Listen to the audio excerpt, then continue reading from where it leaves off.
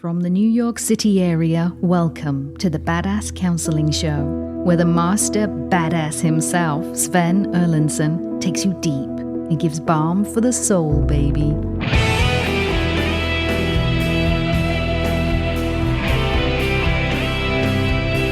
Hello! It's great to have you here. My name is Sven Erlandson. I am the host of the Badass Counseling Show. Whether you are tuning in from Norway and Denmark or Queensland, Australia, Malibu to Alpharetta, Georgia, or Toronto to San Juan Island, Washington, or anyone on the Housatonic or Saugatuck Rivers today, it's great to have you with us. It is summer in the US of A and Canada and all points nearby, and we are enjoying it. And I hope you are enjoying whatever season it is in your neck of the woods or in your life.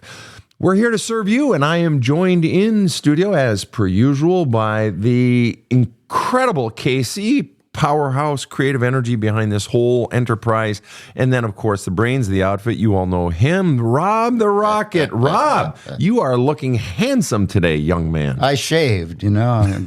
I care about this, so I shaved. Wow. Anyway, if I'm the brains of the operation, we are in some trouble. But please proceed, sir. We have an intriguing guest today. We do have an intriguing guest with a fascinating story. Rob, will you be willing to go ahead and read her paragraph so we can dive in? Tell us about Nicole. I'd be happy to, Sven. Nicole wrote in and said, "Frozen in how to start, which is my common go-to. I was abused my whole childhood, later to learn my nuclear family are narcissists. My brother sexually assaulted me over 11 years, and my parents knew.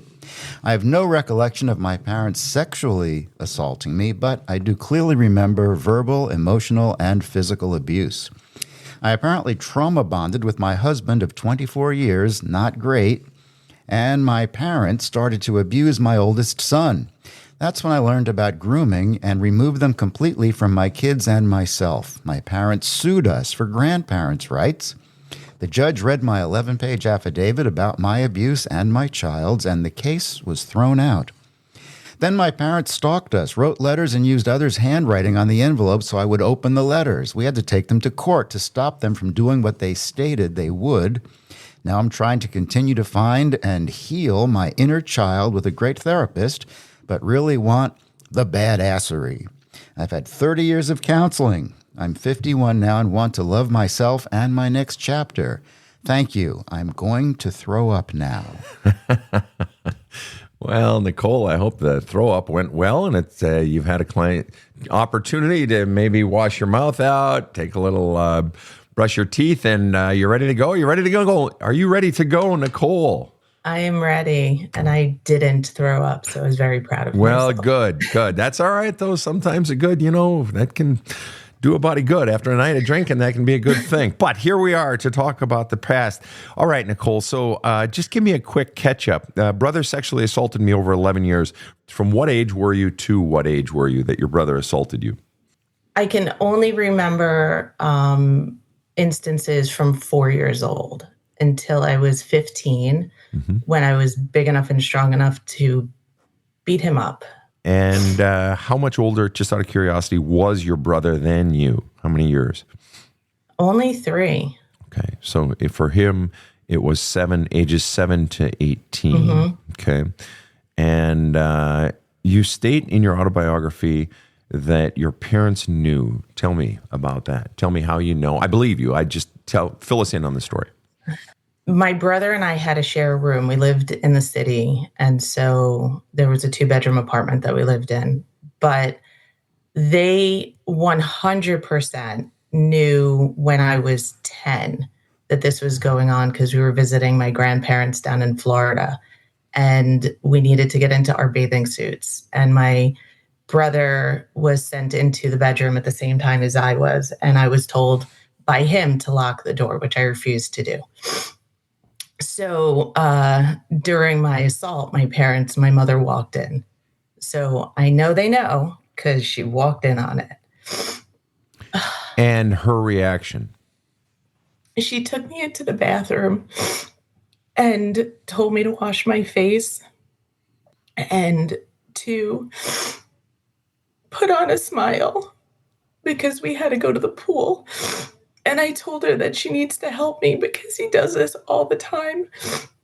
And And she said, "It's fine." And that was the end of it. And so I had to wash my face and put on my smile and go down to the pool. Later that day, my brother had broken his flip-flop and we had to go to the mall. And my mother and my brother went skipping out and went to the mall. And I sat in the car crying. And my dad said, "What are you crying about?" And I said, "You need to help. He does this all the time." And he said, "He's a horny 13-year-old. There's nothing you can do about it. He's doing what he needs to do."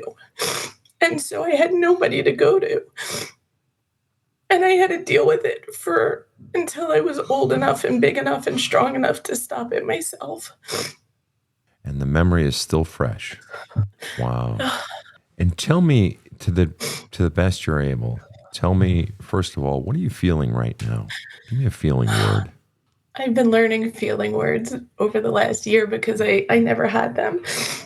But I don't know if abandoned is a feeling word. Yeah, it is. But I was abandoned and I was left alone to do everything on my own. I had nothing. So you were feeling going to school. you felt abandoned, you felt alone. And what are you feeling right now? You're 51 years old. Be honest with me. What are you feeling right now? As we go back into that memory, what's the feeling you're feeling right now? It can be anything. Disappointed. And what are you most disappointed about right now? That I had no parents.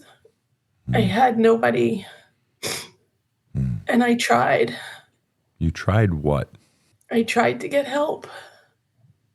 From them. Yeah. And they did nothing. In fact, they swept it under the carpet and told you to suck it up, Buttercup. This is your fate. They not only didn't protect you, they threw you back into the lion's den.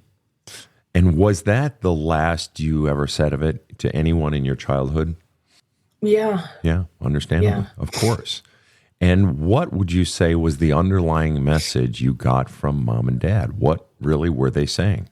That I wasn't anything. I was just made to be there to satisfy other people, and that was it. That's it. That's exactly right. That's exactly right. You don't matter. You exist, as you said, to satisfy other people, and that's it.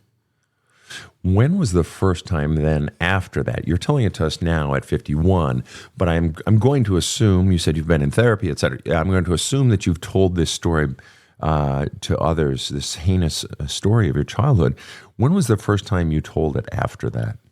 I was almost 20 and I was at college, and one of my best friends I had a single room, and one of my best friends was in the bed next to me. And he woke me up because I was having a nightmare that started with this crush that I had. And so I was saying my crush's name, and his name was very close to the word no.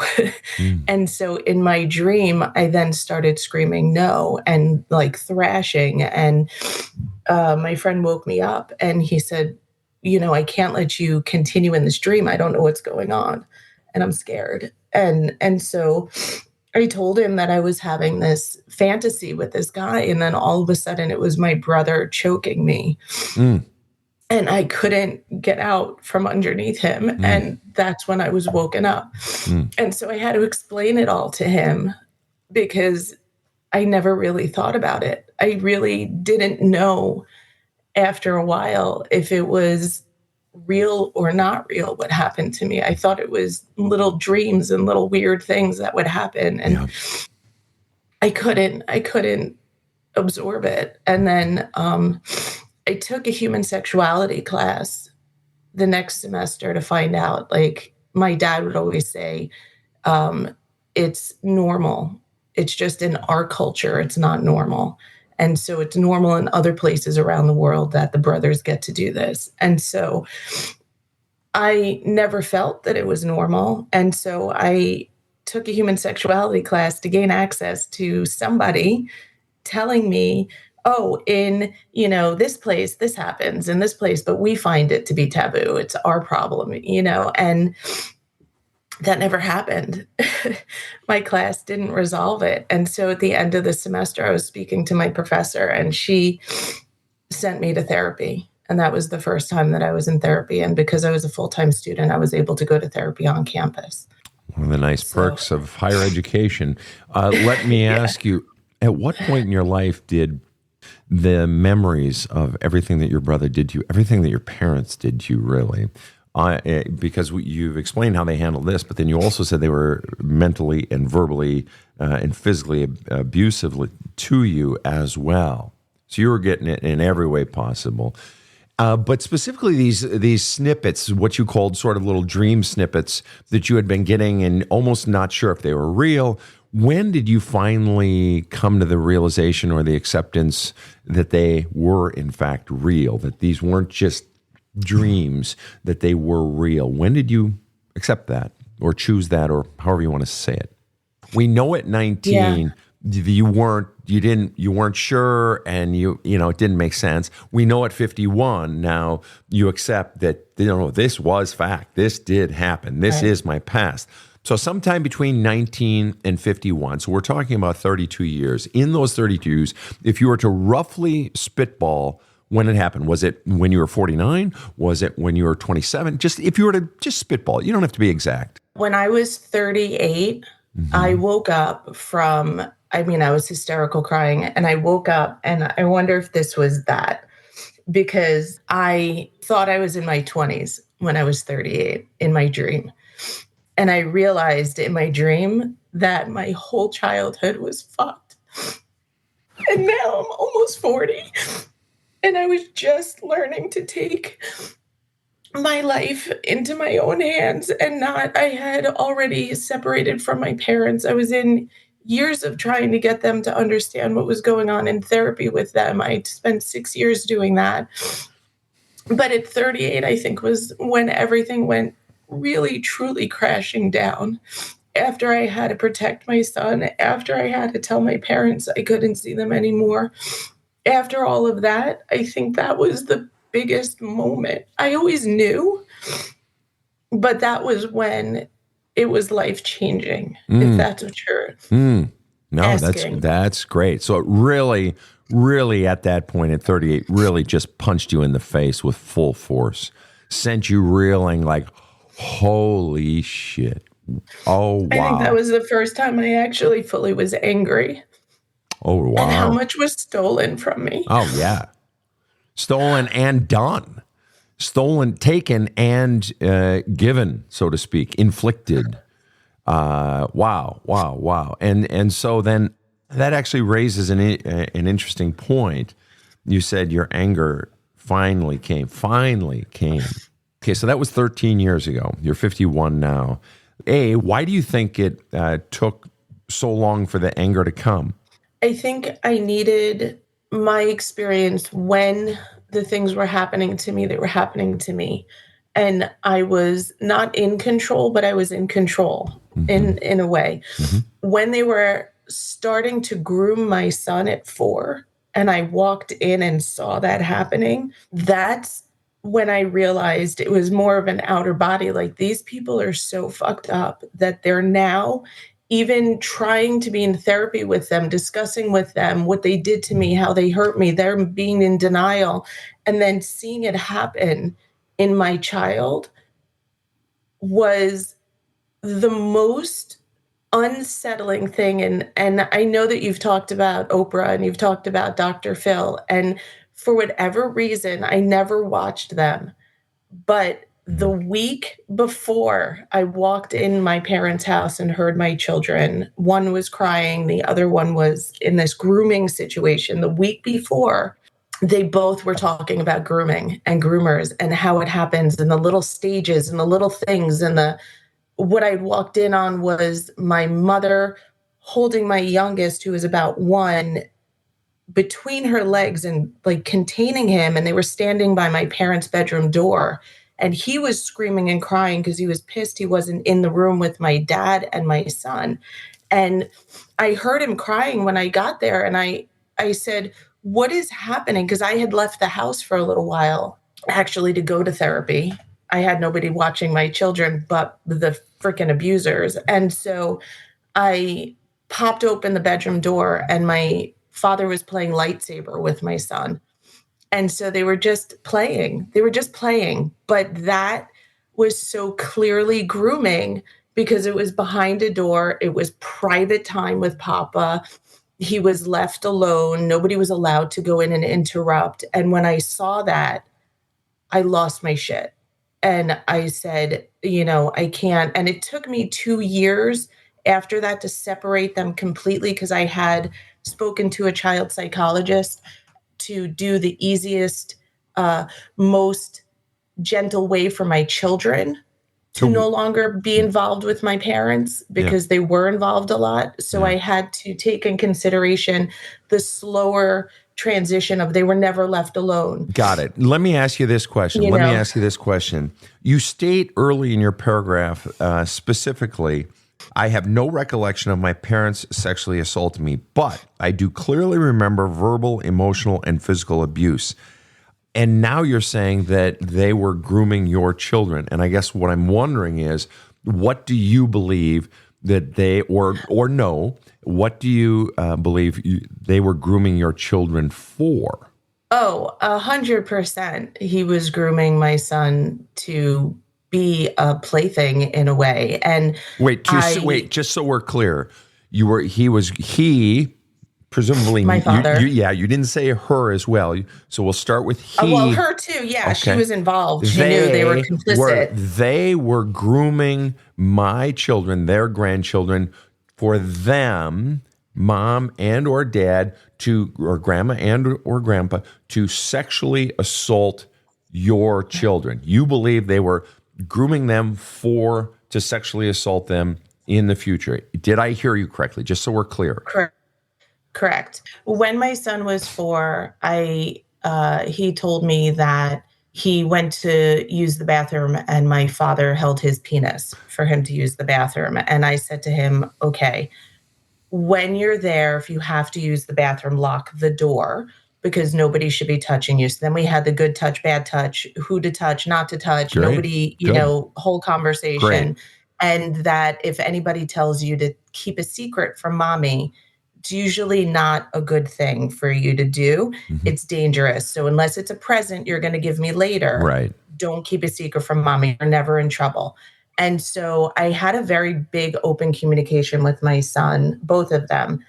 The other one was so young, he wouldn't remember anything anyway. Mm-hmm. But when my oldest became 10, he said to me that during that playtime, my dad would hit him with the lightsaber and knock him down. So my son being 4 would say, oh, I'm dead. And then I'm okay, Papa, don't worry. I'm okay. And he said, and remember, he was 10 years old telling me this, and he hadn't been in contact with them since he was 4, really. Mm-hmm. 6 was the last time I let them speak. Okay. That he would hit him so hard and make him lay down. And he said to him, you don't get up until I tell you you can get up. Got it. And that was, right. I didn't know that for another 6 years, right. But that was, yes, 100%. This was nefarious. Okay. There was really bad shit happening. Oh, for sure. So your parents are grooming their grandchildren so that your parents can sexually molest them later. Okay. And to the best of your knowledge, so your son at that point is 4 years old. That means you would have been in your early 30s. From when you were born to when you were in your early 30s, to the best of your knowledge, did your parents undergo some massive transformation of character? Some life-altering event that changed who they were? No, I think there's generational trauma. I'm not, but Sorry. they would have had that generational trauma when you were 0. That would have happened so all I'm saying is from when you were born. Nothing for me. Okay, so from when you were a child to when your children are now children, your parents, their general character, to the best of your knowledge, stayed the same. Therefore, if they are engaging in sexual grooming activity to sexually molest a child, that would be consistent with the character and the personality and behaviors of who they had always been. Therefore, it stands to reason, it is a reasonable statement, I think, but you can respond otherwise, that they groomed and engaged in the sexual molestation of what would be an infinitely easier target, their own children. Now, I believe you had siblings yourself, right? Obviously, we know you had an older brother. Only one. That was it. Yeah. So then it's reasonable to assume that your parents engaged in the sexual assault of your brother or you. Mm-hmm. Okay. Much more to come right after this short break. So I was telling a buddy of mine how he seems happier. He told me about the book that changed his life. So I bit. I went to the Badass Counseling website and downloaded There's a Hole in My Love Cup audiobook. I started listening to it on my commute home from work, and holy cow, it was a Louisville slugger to the face. I literally sat in my car in the driveway night after night, listening through to the end of a chapter or doing the journaling exercises. My wife started to see changes. I started to change a lot. My default response stopped always being anger. Now I manage a team of salespeople, and I changed as a leader. I was listening more, not always just reacting. When their numbers started going up seemingly out of nowhere, I knew what the reason was. There's a Hole in My Love Cup is now required listening for any person on my sales team or working for me, and I gladly buy it for them. You gotta listen to this book. This show provides soul counseling intended to entertain and inform and is not medical advice.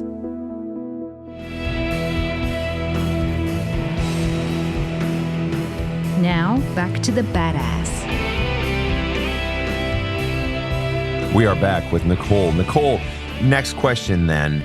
So we've established that it would be in character for your parents to have groomed and sexually molested one or both of their own children, i.e. you and or your brother, because here you are then in your early 30s and they are doing it to your own children. Okay. So which is more likely to you? That your parents, I'm going to give you three options, sexually molested your brother, sexually molested you, or sexually molested both of you. If, in fact, they did sexually molest their own children and then were doing it, grooming their own grandchildren for that, which is more likely that they did it to your brother, they did it to you, or they did it to both? I would say all of the above. Both. I don't remember me. But I don't put it past them. Huh. I don't know where the blocks are. I don't obviously remember anything with my brother, but as an adult, when you look back at situations, to have a sexualized 7-year-old, that's crazy. And when I watched my own children grow up innocently, they didn't have those sexual urges. They didn't do anything in any way whatsoever. And I did have a therapy session with my brother and by myself. Actually, my husband was allowed to come in for support for me, but he wasn't allowed to talk. And I asked my brother if I just want to know, did they hurt you? What did he say? And what did he say? He said no, but he hates when mom whispers. That's what he said. Interesting. And okay. I felt the same way. Go ahead. Okay. So let me ask you. So I had asked you why it took so long for the anger to come. Now my follow-up question briefly is, what has been the effect of you finally finding your anger since age 38? In just a sentence or two, what's been the effect of that? I've been trying to find who I really am, and I still am searching. Okay. But how is that a result of the anger? What's been the effect of the anger specifically since 38? I think realizing how much I've let people walk on me my whole life and how I need to change that. Okay. And what percent have you changed that since you were 38? There's no right or wrong answer. I'm just curious. Probably 35 to 40%. Okay. And just out of curiosity, what is the fear if people don't like you, or if you don't do what they want, or if you don't let them walk all over you? What's the fear? In one sentence or less, what's the fear? Abandonment. Okay. So is, they'll leave you. I They would won't assume. want you. They will reject you. They'll Right. walk away I'll be from you. alone. And how would that Yeah. feel? Give me a feeling word. If they abandoned you, if they rejected you, how would it feel? Give me a feeling word. Lonely. Lonely. Okay. Is it reasonable to assume that is an echo? I mean, that you felt a lot of loneliness in childhood. I mean, you were alone. Oh, yeah. Okay. I was all alone. Yeah. And what percent in your life presently what percent of your life do you, somewhere in you, feel the feeling of loneliness? Probably 50%. 50%. All right. I Yeah. want to ask this question in one sentence or less. What presently is your relationship with your parents today? I've been on zero contact since 2009, Great. 2000. And how does that feel? Yeah. How does that feel? It feels good because they were so horrible, but it feels sad because they're alive and I have no parents. And when you so say good, give me a feeling word. Good's not a feeling word because anger can feel good, but sadness can feel good. Happiness can feel good. Okay. Give me a feeling. How does it feel to have no relationship with them since 2009? There's mixed emotions. So I would say it's powerful in one way. Is that a feeling or an emotion? Sure. Yeah. Okay, good. I'm learning. Yeah. No, you're doing great. Empowered, powerful. You bet. And Powerful. what? Powerful and what? And sad. And sad. And in one sentence or less, you're most sad that what? I'm most sad that I didn't have the people who were in the house who were supposed to be my biggest supporters ever. As biggest supporter. I had no one. I'd go home and I had nobody. What's the sadness regarding your parents? You're doing great. You're doing great. Play with it a little bit more. You're a little kid playing with a bug. Find the words. You're doing great. My mother was always elusive, and my father, I feel, is the one that disappointed me the most because he would periodically sit and talk to me. But later I realized that those discussions were to make sure that I stayed quiet.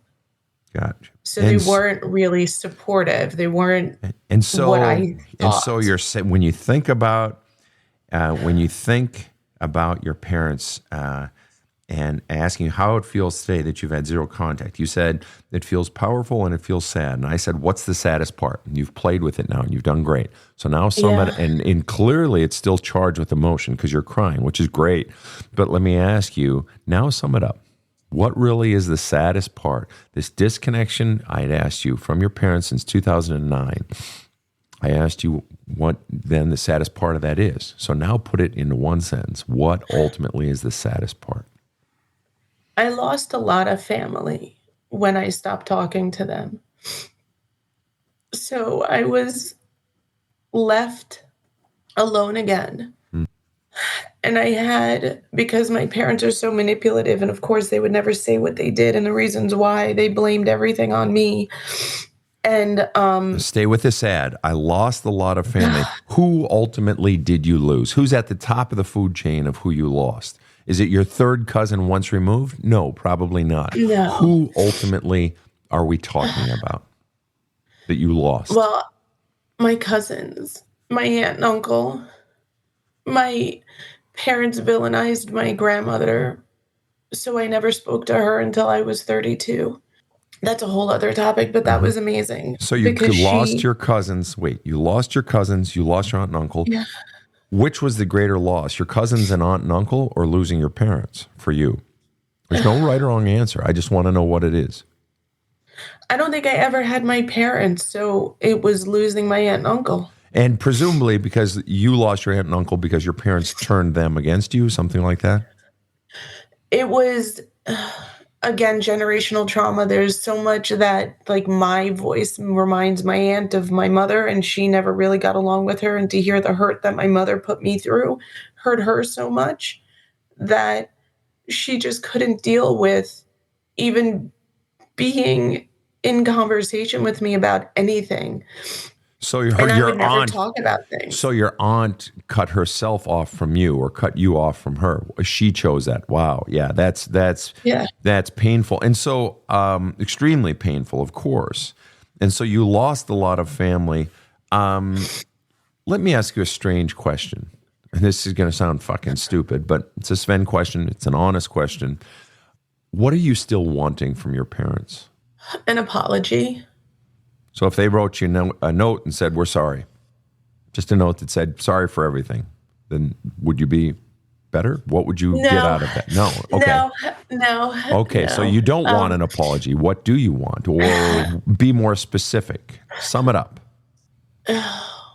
My childhood back. Okay. And how could they do that? They can't. They can do nothing. Okay. Then what do you still want from your mom and dad?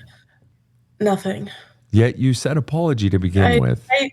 Yeah, but they can't. I mean, there's nothing they can say at this point after all the work that I put in, 6 years of therapy, going and looking at them and telling them what they did, them denying everything, them telling me it was my fault. Something I didn't put in my little letter to you, because none of this can get summed up in a paragraph. When I was 12, I tried to kill myself. Of course you did. And wait a minute. You just said that you went to them, they denied everything. And then they also said it's your fault. Yeah. Wait a minute. They're very twisted. Yeah, I mean, either it did happen or it didn't happen. Okay. Yeah, and that's okay. Wait. Just let's slow down here. Hold on. So you've given me a couple of answers on what you still want from your parents. You're saying they can't give me anything. I want my childhood. I want an apology. You've said 3 different things. All of those are valid. Nothing wrong with any of those answers. And so I want you to just think about it for a minute. Take a minute. If you're to be totally honest, whether they can do it or not is irrelevant. I just want to know what you still want. And it's okay to want anything you want. I want $1 million. I want a new bike. I want a pony. I want them to apologize. You can want whatever you want. I just want to know, if you dig deep, what is it you are still wanting from your parents? Acceptance. There it is. Appreciation. Acknowledgement that I'm a human. When I was pregnant with my youngest, I was almost 9 months pregnant. My mother looked at me and pointed at my belly and said, "You're never going to love this baby the way you love your first." And I said to her, "I'm your second child. And I've always felt that way from you." And my dad said, "You'll see, you never bond with the second the way you bond with the first." And I was not blown away, but it was clarity. Yes, clarity on what you knew was true, on what your feelings had been. But it was voiced. It was actually spoken. Right. It was never spoken. I was always told I was jealous of my brother. You are wanting acceptance. You are wanting appreciation. You are wanting acknowledgement that you are human. And that is completely understandable. I'm not surprised in the least that that's what you're wanting. And what's fascinating is that you just told a little snippet. They said, "We never loved you as much as your brother." No, fuck, it's impossible, which is absolute nonsense. Impossible. I love both my kids 100%. I know Rob loves all of his kids 100%. KC loves her kids 100%. Both. It's just ludicrous. Oh, it's normal in other cultures for a brother to sexually assault us. It's like, what fucking bullshit? They're just making shit up to justify their positions and to deliberately hurt you. Okay. And so what's fascinating is you are still wanting acceptance and appreciation and acknowledgement that you're human at 51 years old. That's how powerful that shit from childhood is, isn't it? That here I am at 51 still wanting it. Completely understandable. That's how powerful it is. And if you felt that acceptance and that appreciation and that acknowledgement that you're human, if that happened, then what? In one sentence or less, then what? I would never trust them to be around. I'd never trust them. Okay, fine. Yeah. But if you got the acceptance and appreciation of who you are, then what happens in your life? Setting them aside, then what happens in your life for you? I would be free. I would be free. And what specifically would you be free of? The constant second guessing of my decisions. What you're saying then is, because I don't feel accepted and appreciated by my parents, I constantly second guess myself, right? Because you just said, if I did get that acceptance, then I would be free and I wouldn't accept myself, or I wouldn't constantly second guess myself. So then again, you're free of what? What does their not accepting you, name that burden? Because you're saying, I'd be free of that rock. I'd be free of that burden. What is that burden? What is that rock? I'm so unsure about everything that, even just saying that if they accept it, like, I kind of don't give a shit about them. I but understand. they've hurt me I understand. So bad No, I understand. that it's a confusing moment for me. Understood. You're doing great, even though. Speculate I want you to speculate nonetheless. I understand it's confusing. You said you wanted the badassery. You are doing it right now. You are bringing the badassery. You really are. Okay, so this is it. What fundamentally, if you would be free of something, that means they or their message or something about them would no longer be with you. And I want to know what that thing is. I understand the effect of that thing is you second guess yourself, but what is the thing that you would be free of? Is it a message? Is it, what's the virus? Name it. What is it that is still in you, that if they acknowledge you, if they appreciated you, finally I'd be free of what? not being good enough. Not being good enough. Okay. Yeah. And so if I'm hearing you correctly then, because of everything they did to you and taught you about yourself, you have had the core belief that I am simply not good enough. And as a result of that, you doubt every thought, you question every memory, you constantly, I can't listen to my own voice, I'm not good enough. Would that be sort of accurate? Yeah, the last one. Yeah. Yeah. Okay. When a child is born, the child it's like is imprinted pre-birth with this belief. It's nearly universal. And it's simply the belief, mom and dad are good, mom and dad love me. Or mom and mom are good, mom and mom love me. Or whoever raised you, grandma. If parents died, grandma's raising you. Grandma is good, grandma loves me. It's just in a child. They just assume that these people who are feeding them and clothing them and, sending them up to their room to brush their teeth before going to sleep, whatever, love me and are good. Therefore, if I, the child, at 2 or at 4 or at 10 or at 17, am not getting love from mom and dad, right? Remember, they're good and they love me. So if I'm not getting love, well, then obviously something's wrong with me. I'm not good enough. I'm not lovable. I'm the fucking problem. Something is wrong with me. That's what a child's brain just does. And you know what? It's logical. It's logical. If your boyfriend breaks up with you, you think your first thought is, well, what did I do? What's wrong with me? Oh, I'm too this. I'm not enough that. Our brains, even as adults, go there. So it's perfectly understandable that a child's brain would say, yeah, I suck. Fuck, I'm not good enough. Oh, I'm so stupid. I'm too smart. I'm too fat. I'm too skinny. All those things. The child's brain, stay with me here. The child's brain assumes that if I'm not getting love or if I'm being treated badly, something must be wrong with me. In other words, I must deserve to be treated badly because remember, the core operating principle is mom and dad are good and mom and dad love me. However, what you have discovered in your life is that core operating principle, mom and dad are good, mom and dad love me, was bullshit from the beginning. You've had 2 of the most heinous parents a person could imagine. They weren't good, and they flat out admit we didn't love you. They flat out literally said that.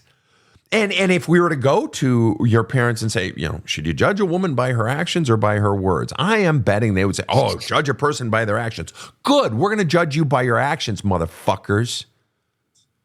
Look what you said to your 10-year-old daughter when she was being raped by your son. Hey, suck it up, fuckface. I don't care. Put on a smile. It's like, are you fucking kidding me? Now, I got about 1,000, 10,000, 100,000, however many people listening to the show right now thinking, give me a crack at the parents.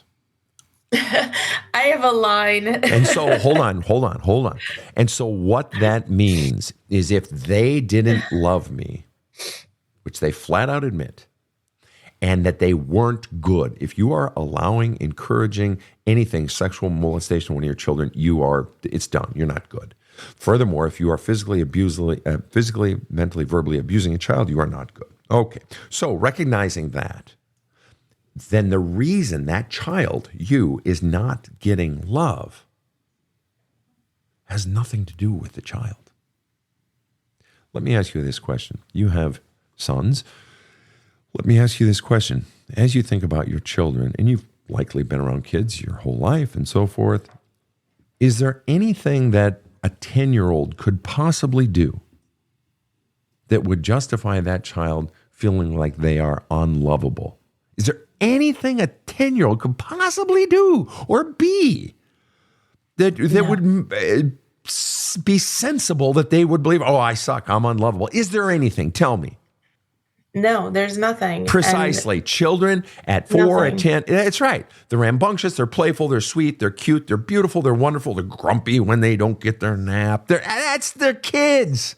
And so for a 4-year-old or a 10-year-old or for a 12-year-old to want to commit suicide, for a 10-year-old to be hating on herself, which you did, that was conditioned, that was taught, that had nothing to do with you, which means your entire life has been a fucking lie. That you're bad, that you're at fault, that you're not lovable. No, the fundamental principle that they love you and that they are good is the flaw in the equation. There was never anything wrong with you from the beginning. To this day, there is nothing wrong with you. And I don't mean your pain isn't real. No. I'm not talking about the pain shit. That wasn't you. That was put on you. That was done to you. And the ultimate pain, to your point, is that you were taught you are unaccepted. You are not appreciated. You're not even human. I don't care about you because you don't matter. You are a plaything for your brother, and your children are a plaything for us. It's disgusting. It's revolting that they taught you to hate yourself. Can I tell you something? Please do. Please do. Okay.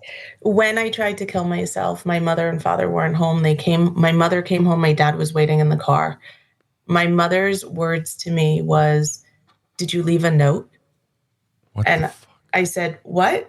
Because I was 12. I didn't know to leave a note, right? Nobody gave me a handbook of how to do this properly. Right. And 10 tips on killing yourself rightly. Yes, go ahead. Yeah, correctly. And she said, "Well, if you didn't leave a note, then I wouldn't know that it wasn't because of me, because you needed to write in the note that it wasn't my fault." And I realized at that moment, and then she said, "You can't tell anybody you did this because they'll take you away and put you in the crazy house." Yeah, they'll take you away, bitch.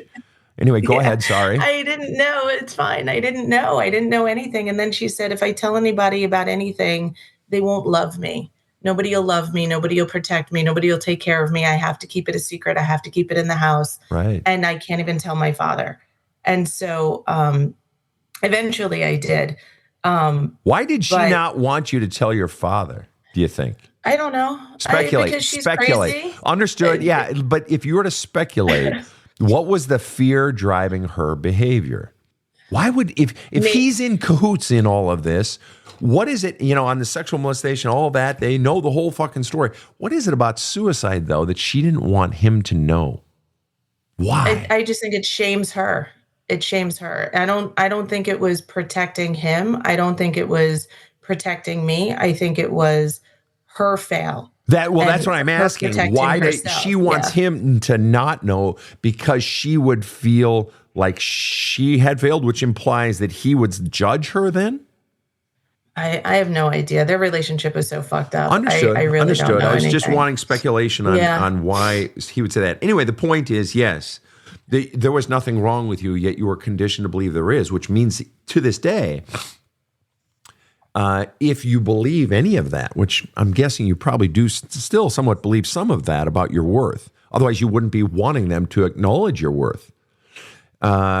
That means that today they are still running your life, that belief that you are unworthy, that you are not acceptable, that you are not human, which you obviously don't believe you are, which is because you're wanting them to confirm your humanity. So you not believing that you're human and that you're not acceptable the way you are, and you not loving yourself, is their voice inside of you still. So at 51 years old, your parents are still running their life with their bullshit lie that they taught you from a young age. Which brings us to my final question on this thread, and that is, what has been the greatest, what was the age in your life when you hated yourself the most? Presently, age 12, 4, 23, what age did you hate yourself the most? Oh, wow. I never thought of it. As you know, it's because you're asking a question. Have you ever hated yourself? And it's okay if you haven't. I just want to know. I don't think so. I've been disappointed with things, but I don't think I've ever actually hated myself. Fair. I have a lot of ability to deflect. So I feel like I deflect what? Or deflect like feelings. So there may be strong feelings in there. But I deflect. Okay, so then let me ask you this. The deflecting from the feelings is driven by what? What's the reason you don't want to experience the feelings? You wouldn't be deflecting unless you didn't want something to do with it. Why do you not want to experience the feelings? Have trouble because I was never taught how to move through a feeling. Right. So I had to hold it where it was and just suck it up and move forward. Right. And how did the feelings feel when they did come, or when they do come? How do they feel? If you were to categorize them overall, how do they feel? It used to be rage. Mm-hmm. It used to be rage. I was an athlete. I worked out really hard. I went through college as an athlete. But do you like feeling the feelings is what I'm getting at. Do you like it? I hate feeling feelings. You hate feeling feelings because why? Yeah. Because why? In one sentence, why? I don't know how to process them. Yeah. Okay. You don't know how to get them out of you. So they come, they sit, they suck. Thanks. I'd rather not. Okay. And then, it's overwhelming. It's overwhelming, absolutely. Yeah. And that's a very, very common experience for people to have, and why they avoid that vault of all their feelings in there. You mentioned rage, though. Let me ask you, what is the level of hatred that you have felt for your parents? Have you ever hated your parents? I don't, but I don't hate really anybody. I dislike them a lot. I want nothing to do with them, but I don't. Fair enough. Let me ask you this. If you were to discover, if let's say your oldest son were to come to you and say, Mom, I've been in therapy and I realize that Grandma and Grandpa did, in fact, sexually molest me multiple times. I remember the actual, and he gives you graphic detail and he tells you events and he remembers the times and it syncs up and you're like, oh shit, that was the time I was visiting, my best friend in the Carolinas, and oh my God, it makes total sense. And he were to have vivid, explicit memories of your parents sexually molesting him. Would you or would you not? There's no right or wrong answer. Would you hate your parents? Just yes or no. Just yes or no. Would you? Yes. Oh, okay. So but there are things. I don't like. It's just I would go after them. Oh, For no, no, no, hurting no, my no, no, no, no, child. no, no. But I'm not asking about actions. I'm not asking about You're actions. asking for I am feeling. asking about what you would feel. If Yeah, you I turn would- the I corner would- with your car and you're sort of down an alley and you see a grown man raping a small girl, what would you feel? Obviously, you'd feel anxiety and so on and so forth. But whatever you do in the moment, what would you feel an hour later, a day later? Would there be any hatred for that person? I don't care what you would do. I want to know what you would feel. Yes, I Yeah. really have so much trouble understanding. Does that make sense? Understanding that feeling. I don't doubt that at understand all. anger. I understand anger. And what's so difficult about hatred? Help me understand. I think because it's putting my feelings on somebody else. I can deal with my own, but if you hate someone, you're hating them. But I can put it all on me. I can give myself all the anger and the discontent and the disappointment, but I guess, I've always been told it was all my fault anyways. So to hate somebody is to give them a fault. Well, if there's a man that you don't know raping a little girl you don't know, in what way are you at fault magically? Help me understand. I'm not. You're not. I'm not. Ah, right. So Yeah. now, would you feel hatred towards that person who just raped a child? What is the hesitation? I hesitate to say yes because why?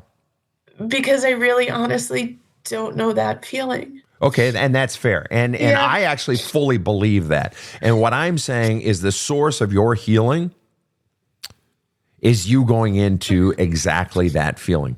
Let me ask you this, just out of curiosity. Are you a person of faith at all? Do you have God things? Not at all? Nothing like that? Okay. No. Do you believe feelings to be a natural human function?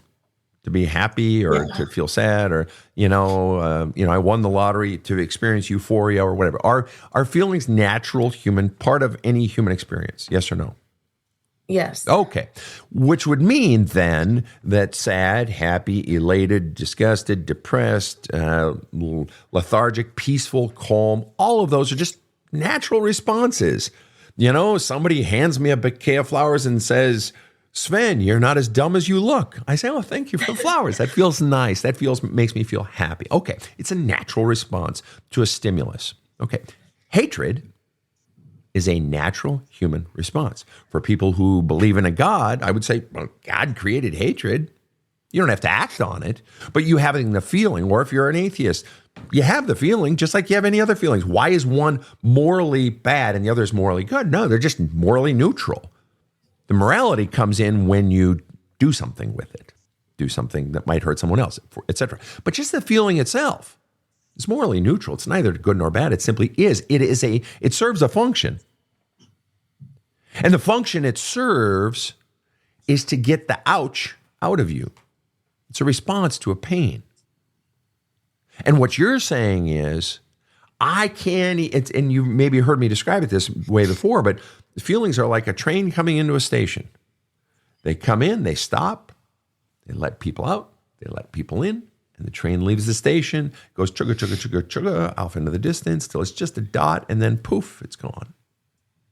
That's the natural trajectory of any feeling.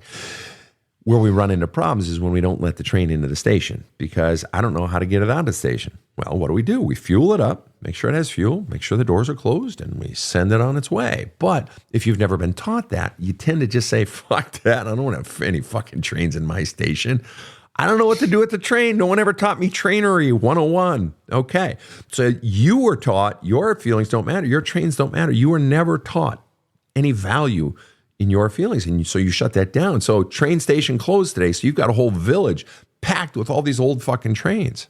And some of those trains are some mean son of a bitch trains. And that rage, which is a natural response, the hatred, a natural human feeling. People say, oh, I'm not a hater. Yeah, you are. You're carrying around that hatred inside of you. You just want to pretend it's not there. And I'm saying to you, I'm telling you right now, as a matter of absolute fact, Nicole, your healing will come as you welcome that hatred. Fact. I believe in the healing power of hatred when it is real, when it's just from who you are. Because the truth is, every single person that is listening to this show right now, every single person that will listen to it, we're talking about literally hundreds of thousands, if not millions of people will hear this show.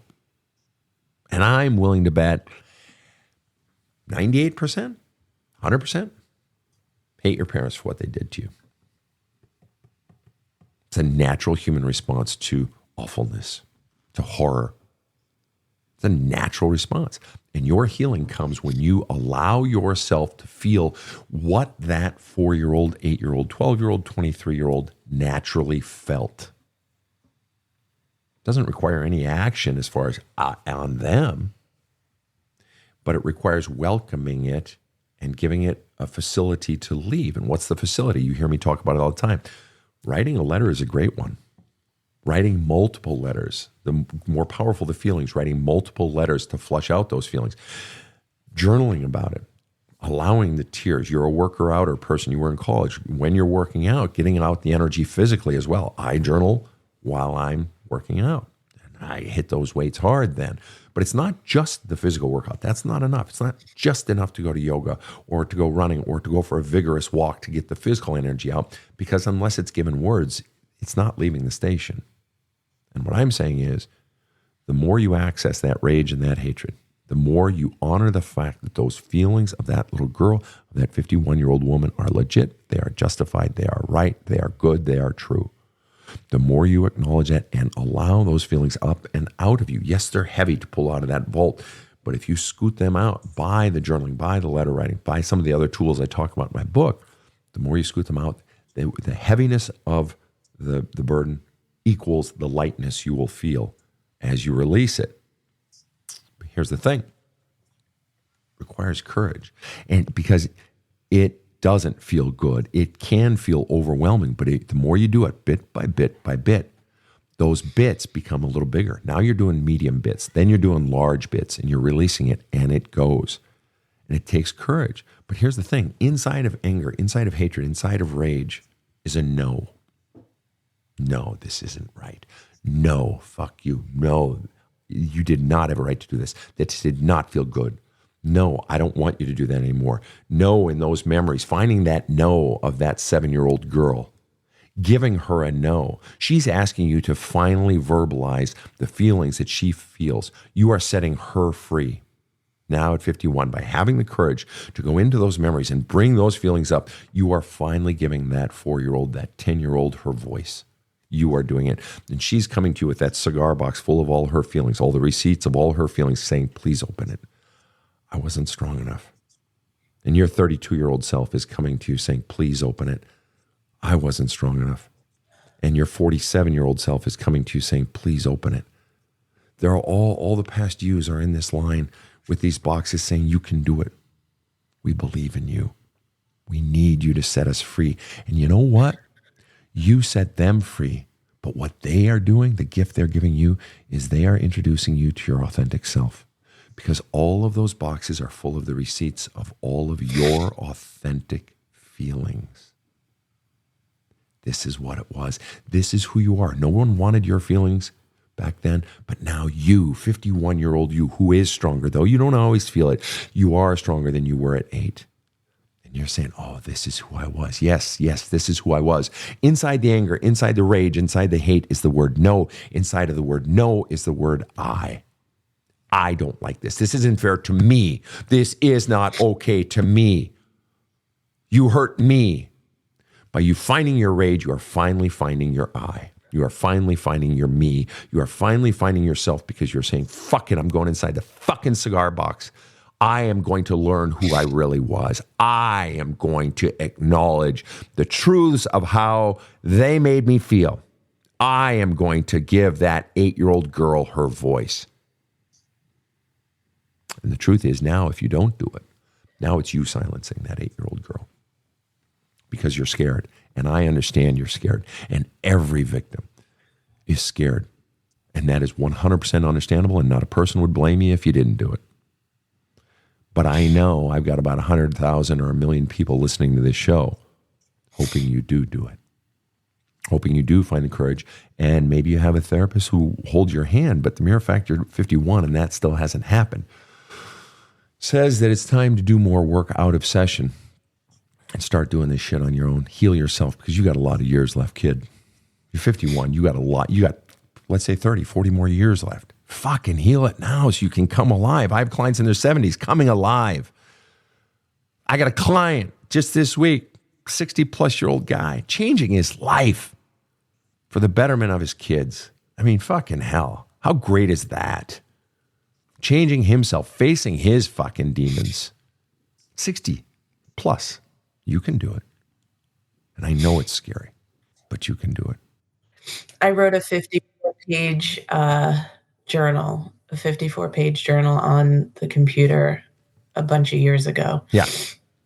And that was, I've never read it because it was just word vomiting and different things. And I was able to remember so much more that was locked away. And it is fucking terrifying. Because if I did that 15 years ago, how much more? That's right. You know, how do you deal with it? What was briefly, because we got to wrap it up here, but briefly, in one sentence, what was the reason you chose to write a 54-page journal? What was the reason? I couldn't afford to go to therapy, and my therapist at the time told me to write. And then the second question is, what was the effect of doing so? Realizing that it wasn't all the times I thought I was bad and I was in trouble. It was because I was trying to protect myself. And all of those times was me standing up for myself and getting squashed again. And what was the effect? That's a brilliant effect. The realization, it wasn't me being bad. And how did that feel after you wrote the 54, or while you're writing it, or after you wrote it? How did it feel? How did you feel?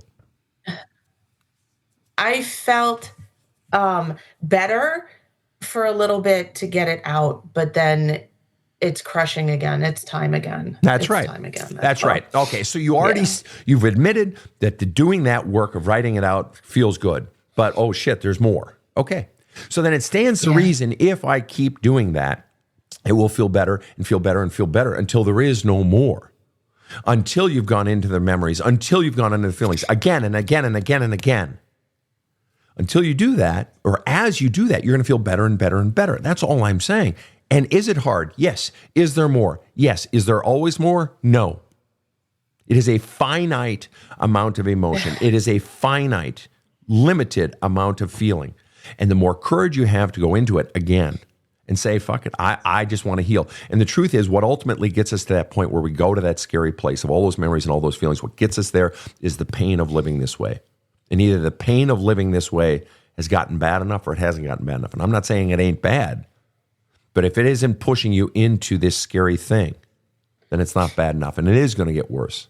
It's going to drag you down 2 more years, 5 more years, 10, 15 more years until you finally say, either fuck it, I'm done living, I'm too scared, or you say, fuck it, I'm ready to live. And I will remind you of that old quote from the song, Don't Worry, Mom, I'm All Right. The grand line by the greatest American poet, or certainly one of them of all time, Bob Dylan, who said, he not busy being born is busy dying. And let me remind you, and this is from me, a la Joseph Campbell, that there is no birth without blood and the tearing of flesh. The birth of the soul, the birth of the real Nicole. You are passing through the birth canal, and it is painful, and it is bloody, and it is brutal, and it will feel like your own flesh is tearing. But if you have the courage to go in and empty that vault of all the fucking rage and hatred and anger and everything else, you will finally come alive. I want to thank you so much for coming on to the show, Nicole. I'm hoping you'll stay after for just 2 minutes. We want to have a little bit of overtime with you. But thank you so much for coming on to the show. Thank you. Thank you. You bet. Wow. And so to all of our listeners around the world, I think we can all agree, what a powerful story and what a great gift that Nicole has given us by sharing her story with us. On behalf of KC over in the booth, Rob the Rocket sitting next to me. To everyone listening out there, thanks so much and have a kick-ass day. The Badass Counseling Show is strictly copyrighted. No copies may be made without the express written consent of the Badass Counseling Show, LLC. The Badass Counseling Show is produced by Karen Camparelli and Robert H. Friedman. Executive producer Sven Erlandson. Original music by two-time Emmy Award-winning composer Trevor Morris.